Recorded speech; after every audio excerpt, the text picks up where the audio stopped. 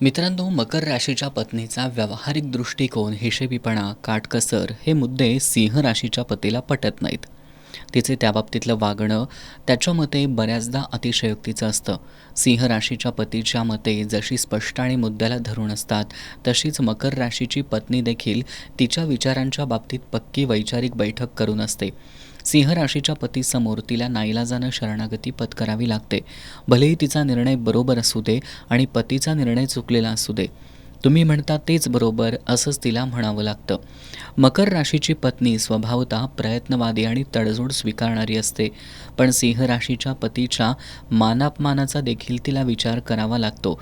आपण जर असे वागलो तर आपल्या पतीच्या स्वाभिमानी स्वभावाला रुचेल का? मकर राशीची पत्नी तिच्या कुटुंबाच्या फायद्यासाठी, भरभरासाठी काहीही करायला तयार असते, पण सिंह राशीच्या पतीला मागचे मतभेद, भांडण विसरून सध्याची फायद्याची गोष्ट स्वीकारावी असं वाटत नाही. त्याला त्याचा आत्मसन्मान महत्त्वाचा वाटतो.